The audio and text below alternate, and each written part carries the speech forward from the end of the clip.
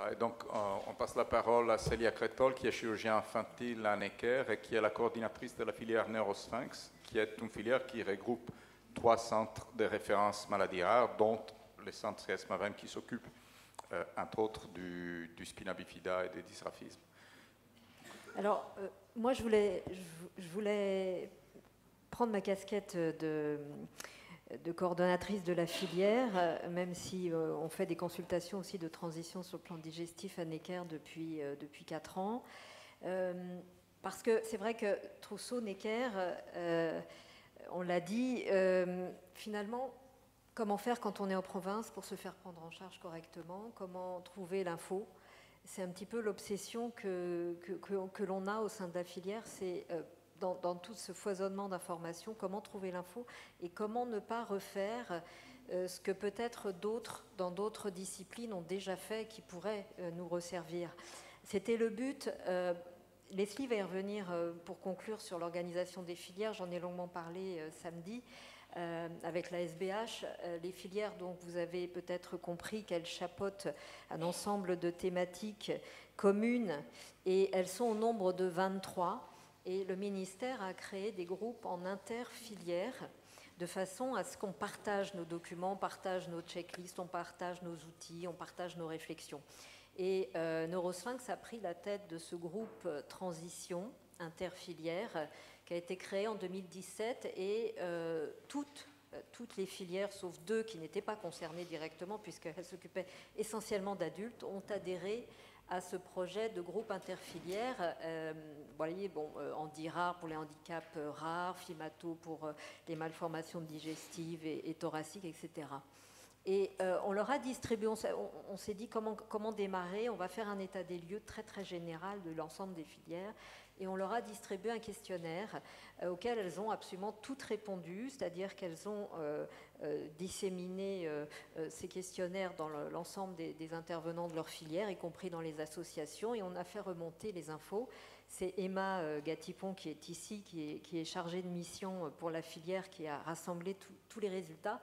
Et je voulais juste les partager avec vous pour qu'on constate aussi ensemble que finalement, il y avait les spina bifida où la transition était difficile, mais finalement toutes les autres disciplines ont ce problème de transition qui est une séparation, mais qui ne doit pas être une rupture. Et malheureusement, souvent sans étude.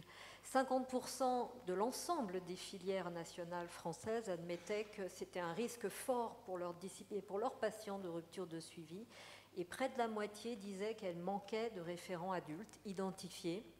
Et 85% pourtant avaient déjà dans leur CHU, puisque la plupart sont dans les CHU, identifié des consultations dédiées et créé des consultations dédiées.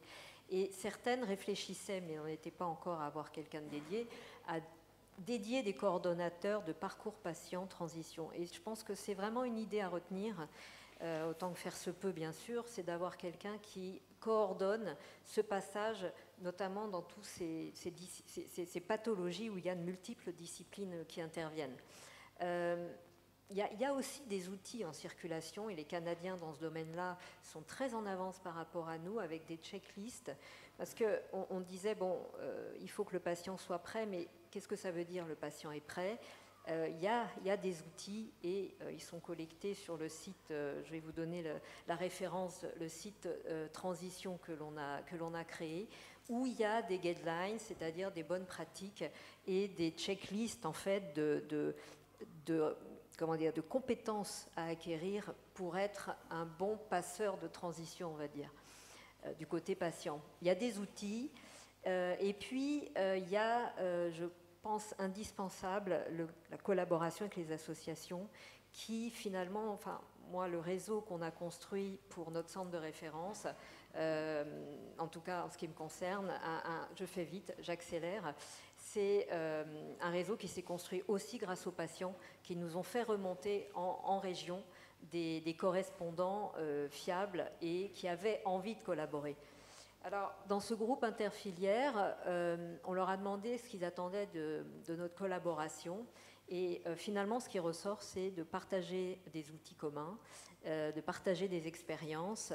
Et finalement, ce n'est pas foncièrement de développer la recherche sur la transition, même si c'est intéressant. Et j'ai aussi une thématique que je trouve importante, c'est que certes il faut des urologues, certes il faut des chirurgiens digestifs, mais il faut aussi des disciplines que je dirais hyper transversales. Et c'est pas toujours évident pour quelqu'un qui est psychiatre, psychologue ou qui fait de la gynécologie d'accepter de prendre en charge aussi tous ces patients qui ont des pathologies complexes. Et on commence à identifier des personnes qui sont praticiens en région, parfois même en ville, et qui acceptent de recevoir ce type de personnes avec des dossiers très complexes. Et ça, c'est aussi un des objectifs du groupe interfilière, de se partager le cardiologue, le psychiatre, qui va accepter, qui est dedans, qui est dans cette dynamique de transition. Alors, on a fait un premier colloque en juin dernier qui a rassemblé 85 personnes et on était nombreux à réfléchir sur la transition. Et il y a donc ce site que l'on a créé avec le lien ici, où on collige l'ensemble des référents nationaux dans toutes les disciplines et dans toutes les filières des personnes donc, qui s'occupent de transition.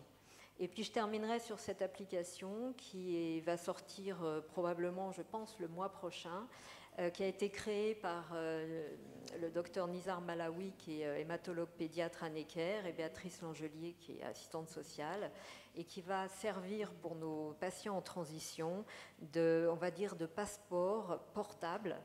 On a aidé et on a mis la main à la pâte pour les aider dans la finalisation, parce qu'on avait d'autres expériences dans le numérique, avec un certain nombre de problèmes qui s'étaient posés, qui sont maintenant résolus, et elle va sortir là pour cette fin d'année, et les jeunes pourront la télécharger gratuitement sur tous les stores pour se faire un passeport numérique pour améliorer leur transition.